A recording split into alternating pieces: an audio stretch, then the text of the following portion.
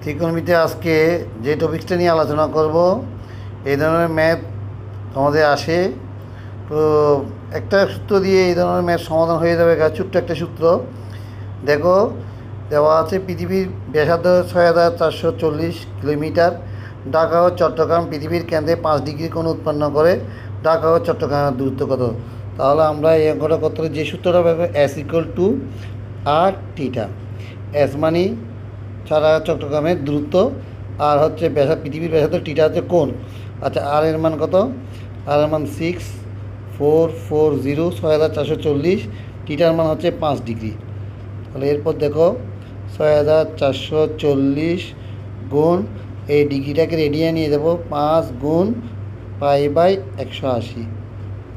এরপর কী হচ্ছে 6440কে 5 দিয়ে গুণ করলে কী হবে?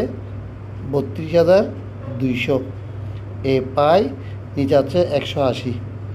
এখন 32,200কে পায়ের মান 3.1416 কে দিয়ে গুণ করে 180 দিয়ে ভাগ করলে আমাদের আসবে 562 কিলোমিটার।